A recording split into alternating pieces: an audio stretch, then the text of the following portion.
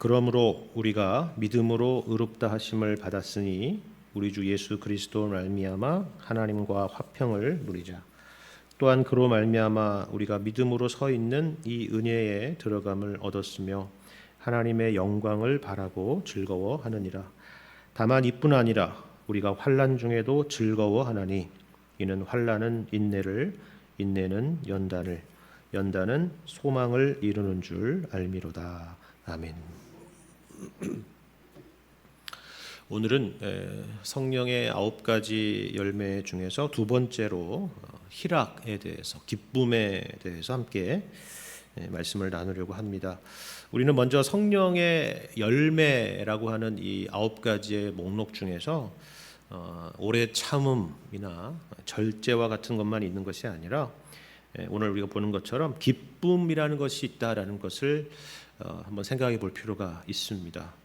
쉽게 말해서 기독교 신앙이라고 하는 것은 금욕주의가 아니다, 그 얘기죠. 그렇죠? 교회란 복음 가운데 세워진 공동체죠. 복음이라는 게 무엇입니까? 말 그대로 복된 소식이고 기쁜 소식입니다. 그런데 우리 가운데 기쁨이 없다라고 한다면, 아니면 기쁨이 메말라 버렸다라고 한다면 그것은 분명히 문제가 있는 것입니다.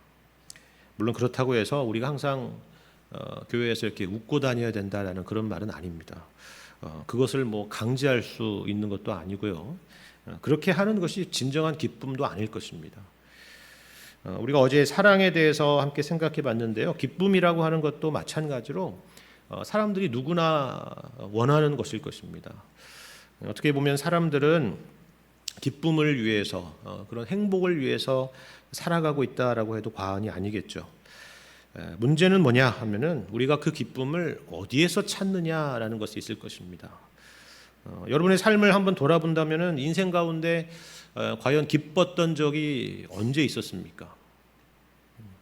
예를 들면 이런 것이겠죠. 특별히 어떤 간절히 원했던 것을 얻게 되었거나 성취하게 되었을 때 정말 기뻤을 것입니다.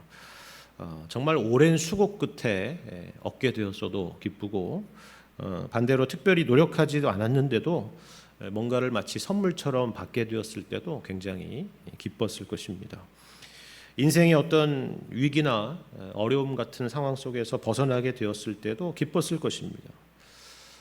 또 어떤 분들은 쌓여가는 재산들을 보면서 기뻐하는 분도 계셨을 것이고요. 또 어떤 분들은 자식들이 자라고 또 손주들이 커가는 것을 보면서도 기뻤을 것입니다. 뭐 이런 것들을 열거하자면 한도 끝도 없겠죠. 그런데 동시에 우리는 이러한 기쁨들이 영원하지 않다라는 것도 느끼셨을 것입니다. 심지어는 영원하지 않을 뿐만이 아니라 그것들이 마치 나를 배신하는 것만 같은 그런 것을 느끼기도 하셨을 거라고 생각을 합니다. 작게는 소소한 기쁨, 크게는 어떤 그 큰 성취와 여러 업적들, 그런 것들이 기쁨의 원천이고 그것이 나를 오랫동안 행복하게 해줄 것이다 라고 그렇게 생각을 했는데, 그렇지 않게 되는 것을 경험하게 됐을 때 우리는 당황스럽게 되는 것이죠. 사실 이 분야에 있어서 최고의 전문가가 있습니다. 세상 살아가면서 우리가 제일 부러워하는 모든 것을 다 가진 남자가 있습니다. 권력이며 재산이며 지혜며 그 어느 것 하나도 빠지지 않는 사람이 성경에 있습니다. 누구겠습니까? 솔로몬이죠. 근데 이 솔로몬이 자기 인생을 돌아보면서 고백하는 내용을 한번 잘 보시기를 바랍니다. 조금 길지만 제가 한번 읽어드리겠습니다. 전도서 2장 3절 이하의 말씀인데요. 내가 내 마음으로 깊이 생각하기를 내가 어떻게 하여야 내 마음을 지혜로 다스리면서 술로 내 육신을 즐겁게 할까? 또 내가 어떻게 하여야 천하의 인생들이 그들의 인생을 살아가는 동안 어떤 것이 선한 일인지를 알아볼 때까지 내 어리석음을 꼭 붙잡아 둘까 하여 나의 사업을 크게 하였노라. 내가 나를 위하여 집들을 짓고 포도원을 일구며 여러 동산과 과원을 만들고 그 가운데에 각종 과목을 심었으며 나를 위하여 수목을 기르는 삼림에 물을 주기 위하여 못들을 팠으며 남녀노비들을 사기도 하였고 나를 위하여 집에서 종들을 낳기도 하였으며 나보다 먼저 예루살렘에 있던 모든 자들보다도 내가 소와 양떼의 소유를 더 많이 가졌으며 은근과 왕들이 소유한 보배와 여러 지방의 보배를 나를 위하여 쌓고 또 노래하는 남녀들과 인생들이 기뻐하는 처첩들을 많이 두었노라. 내가 이같이 창성하여 나보다 먼저 예루살렘에 있던 모든 자들보다 더 창성하니 내 지혜도 내게 여전하도다.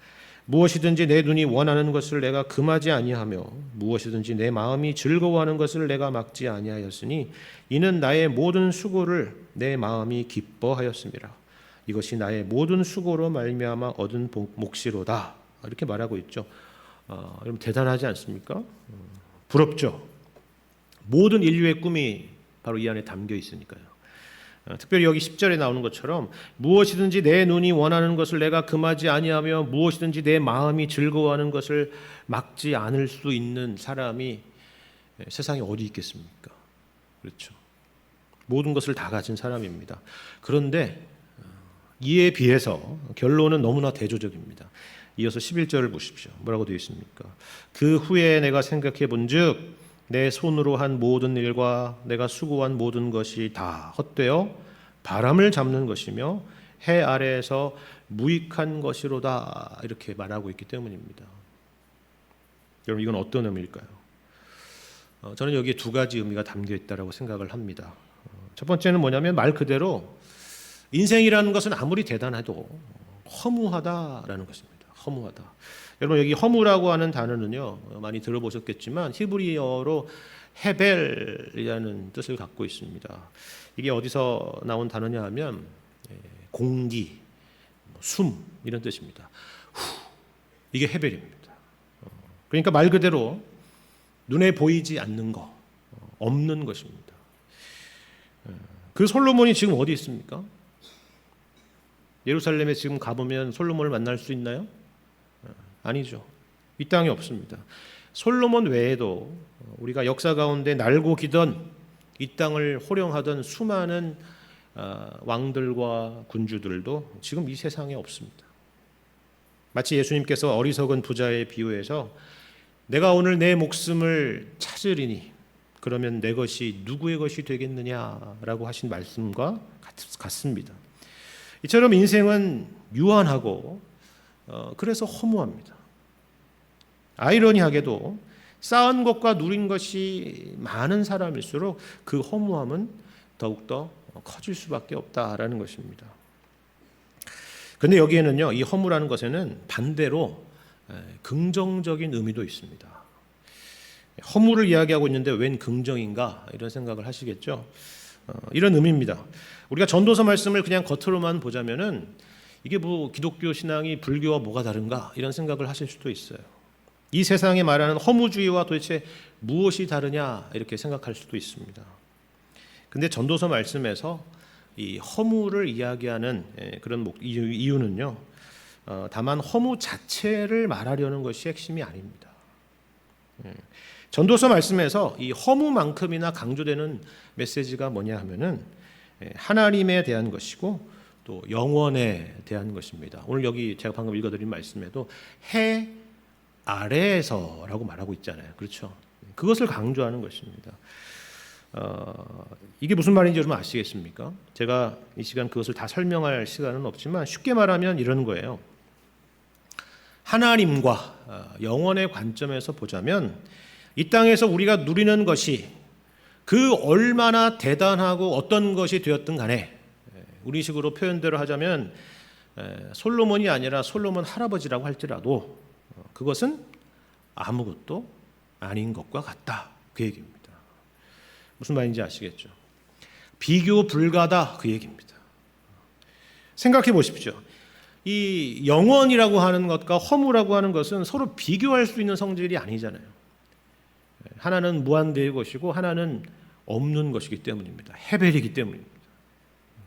이 땅에서 아무리 대단하고 훌륭하고 사람들이 부러워하고 추앙하는 일이라고 하려고 할지라도 하나님께서 우리에게 주시는 그 영원이라는 것에 비하면 부족하다는 정도도 아니고 뭐라고요? 허무다 그 얘기입니다. 그러니까 우리가 이 땅에서 추구하는 세상적인 기쁨은 하나님께서 우리에게 주시는 영원한 기쁨에 비하면 어디다가 명함도 내밀 수 없을 것이다, 그 얘기입니다. 긍정적인 의미죠. 자, 그렇다면 우리는 어떻게 그 기쁨을 얻을 수가 있을까요? 그리고 우리가 솔로몬이 누린 것과 비교할 수 없는 기쁨을 누린다라고 했는데 왜 지금 우리의 모습은 그것과는 거리가 멀어 보일까요?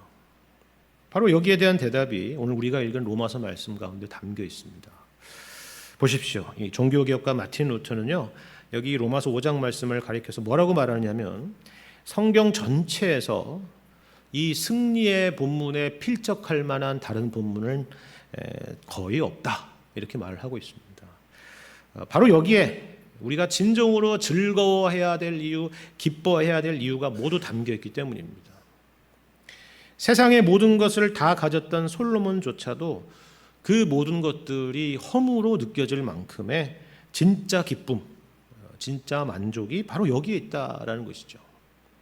그 이유에 대해서 크게 두 가지로 오늘 본문은 설명하고 있는데요. 하나는 예수 그리스도께서 우리를 위해서 행하신 일 때문이다라는 것입니다.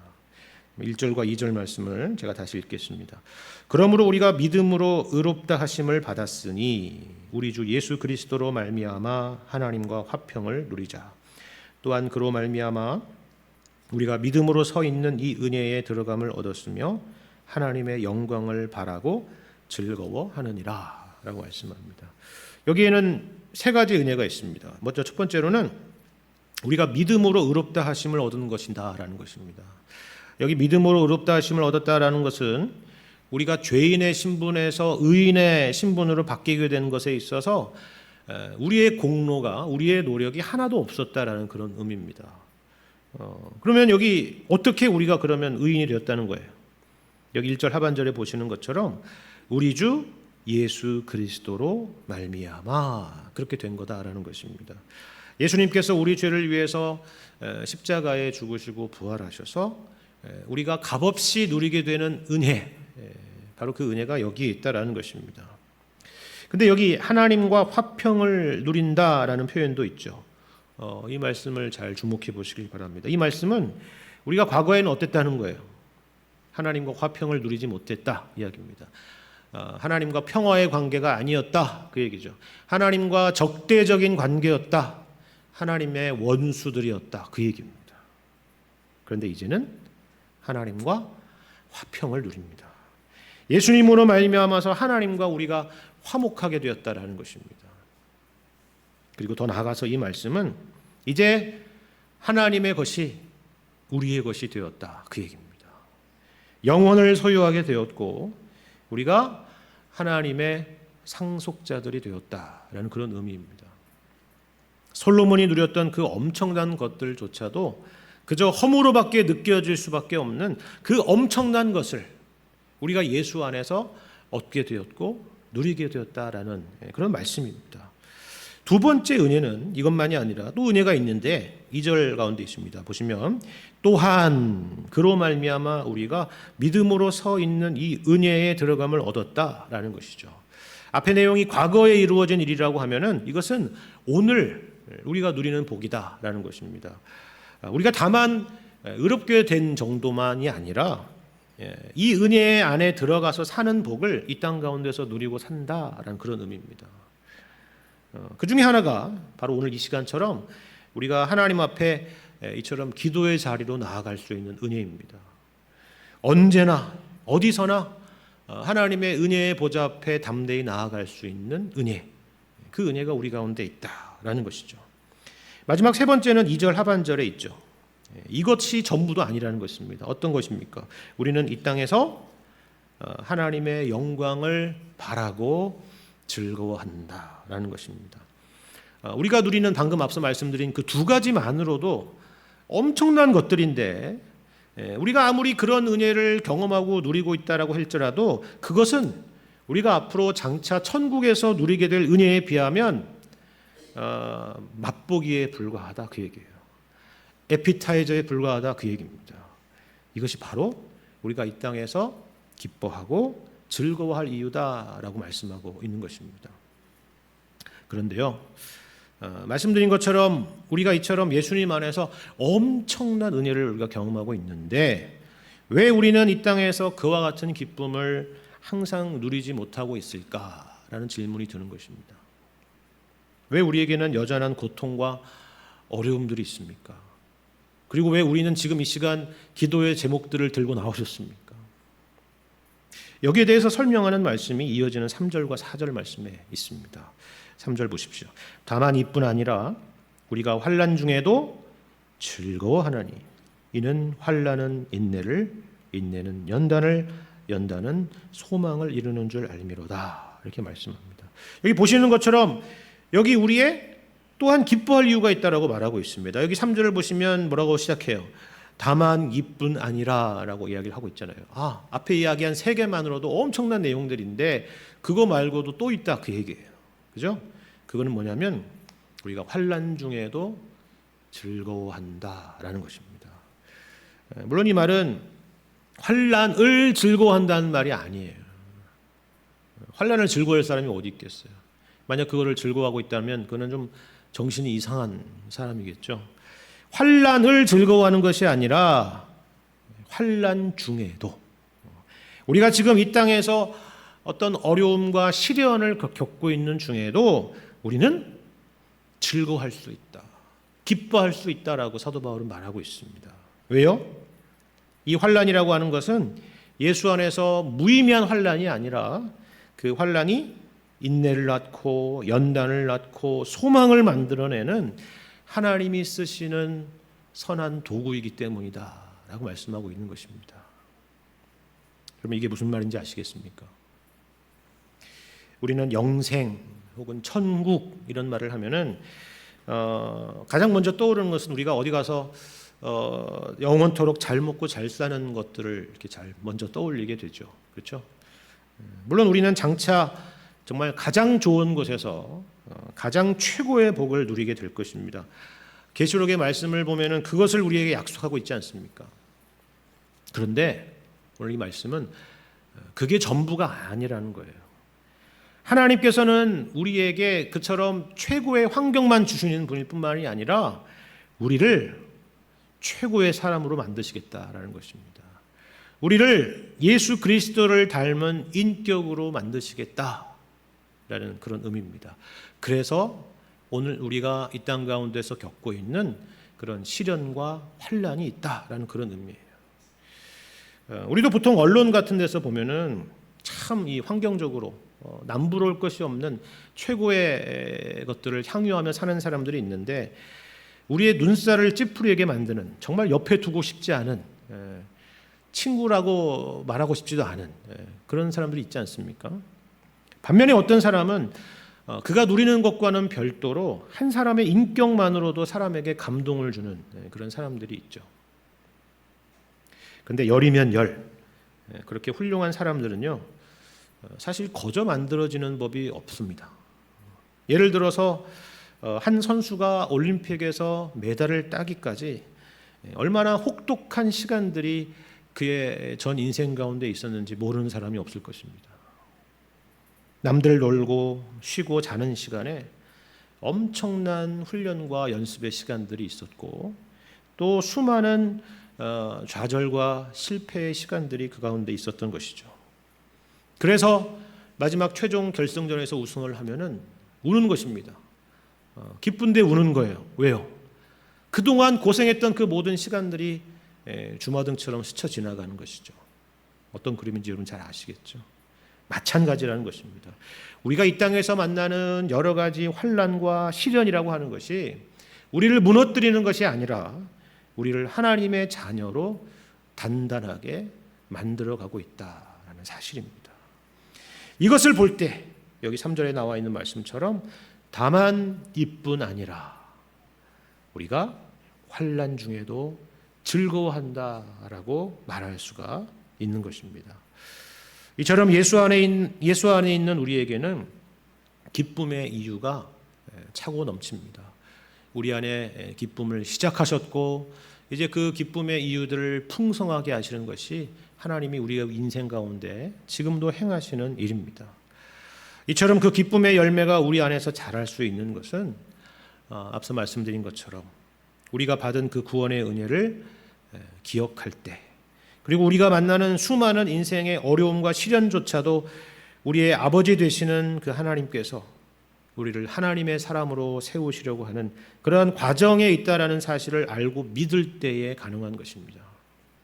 이것을 기억하시고 이것을 볼 수 있는 눈과 또 이러한 하나님의 손길에 순종할 수 있는 그런 마음들을 우리 모두에게 허락하여 주셔서 늘 주님 안에서 기쁨을 누리며 사실 수 있는 여러분과 제가 되기를 주님의 이름으로 간절히 축원합니다.